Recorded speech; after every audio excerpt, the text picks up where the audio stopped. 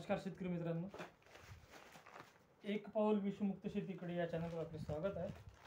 आणि आज आपण बीज प्रक्रिया करणार आहोत। त्यासाठी आपण घेतलेले आहे गोमूत्र, हिंग आणि गुड, सोबत घेतलेला आहे आपण ट्रायकोडर्मा, त्याचसोबत घेतलेला आहे आपण साधना NPK, नत्र व स्फुर स्थिर करणारे द्रव्य। यापासून आज आपण बीज प्रक्रिया तयार करणार आहोत सोयाबीनवर। तर हे कसं तयार करायचं आहे त्यासाठी आपल्याला घ्यायचं आहे, आपण साधारणतः 1 लिटर गोमूत्र घेतलेलं आहे, त्यामध्ये 20 ग्रॅम हिंग घेतलेला आहे। हिंग आपल्याला गोमूत्रामध्ये सोडायचं आहे, ज्यामध्ये 50 ग्रॅम गुड सोडायचा आहे।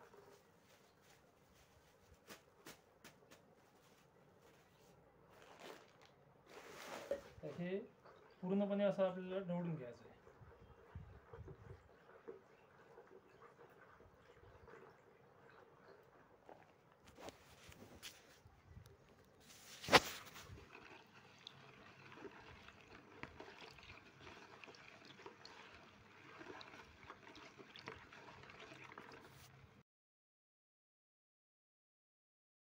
या प्रकारे आपल्याला पूर्ण त्याच्यावर असा ट्रायकोडर्मा टाकायचा आहे।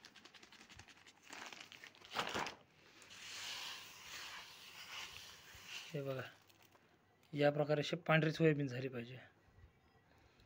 म्हणजेच आपण बीज प्रक्रिया करू त्यावेळेस सोयाबीनला जर ट्रायकोडर्मा चांगल्या प्रकारे भिडल्या गेला तर जमिनीमधली बुरशी तुडण्यासाठी चांगलं काम करते आणि पिकालाही बुरशी लागणार नाही, झाड निरोगी तयार होईल।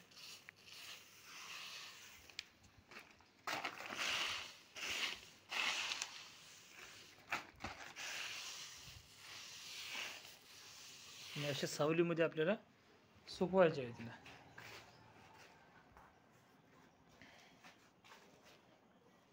अशीच आपण पूर्ण सोयाबीनची बीज प्रक्रिया करणार आहे। पेरणीच्या आधी आपल्याला बीज प्रक्रिया करायची आहे आणि सावलीमध्ये सुकवायचं आहे त्याला। हे बघा, या प्रकारे सोयाबीन झालं पाहिजे।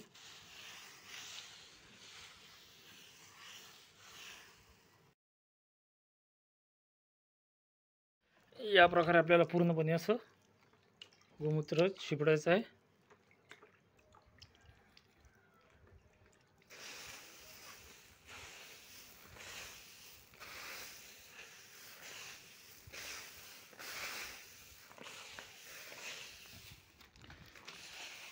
खालीवरी आपल्याला पूर्णपणे करून घ्यायचं आहे।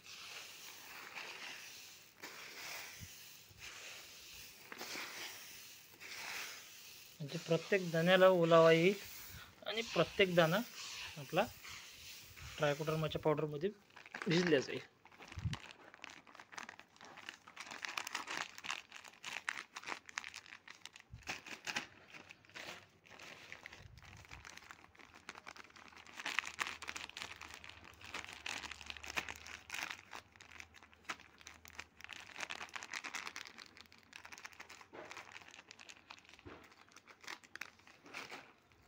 आणि नंतर अशी पूर्ण मिक्स करायची आपल्याला।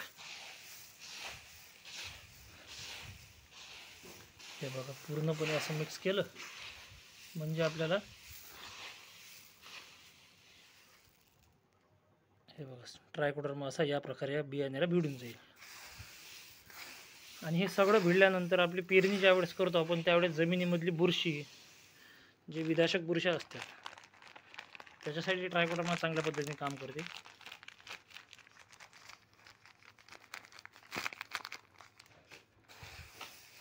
सोबतच जीवाणू खत आहे, सोबतच आपलं गोमूत्र आहे, हिंग आहे, चांगल्या प्रकारे आपलं जर्मिनेशन करण्यासाठी काम करते गोमूत्र।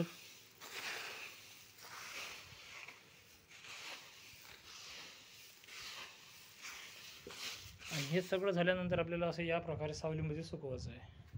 हे बघा, याचा कलर पूर्णपणे असा पांढरा झालेला आहे।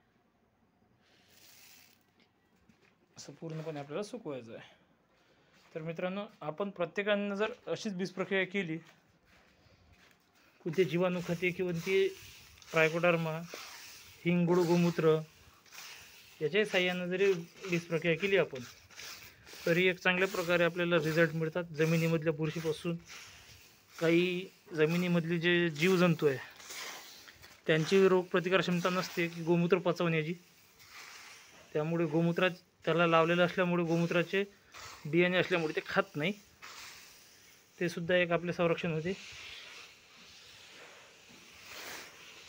असे या प्रकारे पूर्ण असे मोकळे आपल्याला करून घ्यायचे, जेणेकरून बियाण्याची साल निघणार नाही आणि आपले बियाणे खराब होणार नाही. तर मित्रांनो, हा व्हिडिओ आपल्याला कसा वाटला हे लाईक्स कमेंट्समध्ये आपण कमेंट्समध्ये कळवा, जेणेकरून आपल्याला नवनवीन व्हिडिओ आणखीन टाकण्यासाठी आम्हाला प्रेरणा मिळेल.